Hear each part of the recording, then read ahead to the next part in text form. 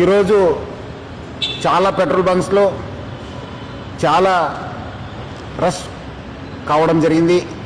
ముఖ్యంగా పబ్లిక్ అందరు కూడా చాలా ప్యానిక్తోని అందరు కూడా పెట్రోల్ బంక్స్ దగ్గర పోతున్నారు.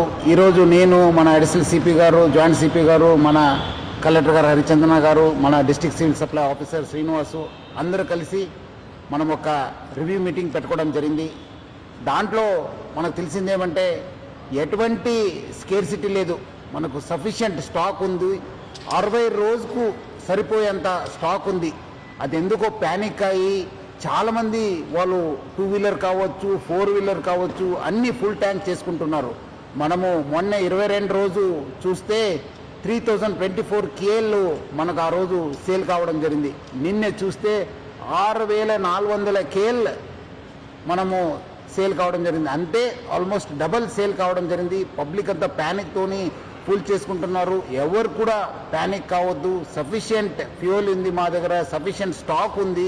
ప్యానిక్తో వచ్చి అన్ని దగ్గర లైన్ కడుతున్నారు, చాలా వాల్ టైం కూడా వేస్ట్ చేస్తున్నారు. ఒక ప్యానిక్ సిచ్యువేషన్ క్రియేట్ చేయడం జరుగుతుంది.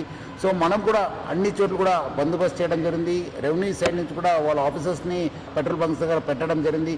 ఈ మధ్యలో కొంత పెట్రోల్ బంక్స్ కూడా నో స్టాక్ ఎందుకు పెట్టారంటే మనము డబల్ సేల్ కావడంతో ఉన్న ట్యాంక్లో ఉన్న మొత్తము ఫ్యూయల్ అయిపోయింది. సో ఈ రీఫిల్లింగ్ కోసము మనకున్న 320 ట్యాంకర్స్ ఉన్నాం హైదరాబాద్ సిటీలో. 4 రావడంలో కొంచెం టైం కావడంతో అక్కడ నో స్టాక్ పెట్టడం జరిగింది. కానీ ఫ్యూల్ లేదని చెప్పి వాళ్ళు నో స్టాక్ పెట్టలేదు. సో చాలామంది రకరకాల పుకార్లు పెడుతున్నారు. చాలా చోట్ల అక్కడ ఏదో గుజరాత్లో అయింది, ఢిల్లీలో అయింది, రాజ్కోట్లో అయింది, సూరత్లో అయింది, చాలా షార్టేజ్ ఉందని చెప్తారు. అలాంటి ఎవరు పుకార్లు నమ్మొద్దు. పబ్లిక్ ఎవరు కూడా ప్యానిక్ కావద్దు. సఫిషియంట్ ఫ్యూయల్ ఉంది మా దగ్గర. 60 రోజుకు సరిపోయేంత ఫ్యూయల్ ఉంది. మనం చాలా డీటెయిల్గా రివ్యూ చేయడం జరిగింది. సో పబ్లిక్ ఎవరు కూడా ప్యానిక్ అయ్యి పెట్రోల్ బంక్స్ దగ్గర చేరొద్దు. మీకు సఫిషియంట్ స్టాక్ ఉంటుంది. ఎవరు కూడా ఫుల్ ట్యాంక్ చేసుకొని మళ్ళీ అనవసరం కూడా ఇబ్బంది పడొద్దని చెప్పి నేను మరీ కోరుతున్నాను.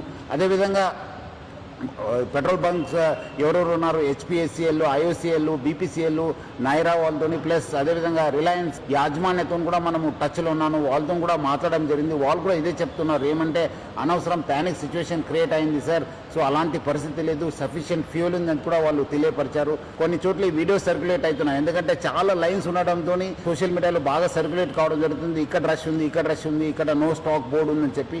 సో అలాంటి ఎవరు కూడా వార్తలు నమ్మొద్దని చెప్పి నేను ప్రభుత్వ తరఫు నుంచి, నా తరఫు నుంచి, జిల్లా యంత్రాంగం తరఫు నుంచి కూడా కోరుతున్నాను.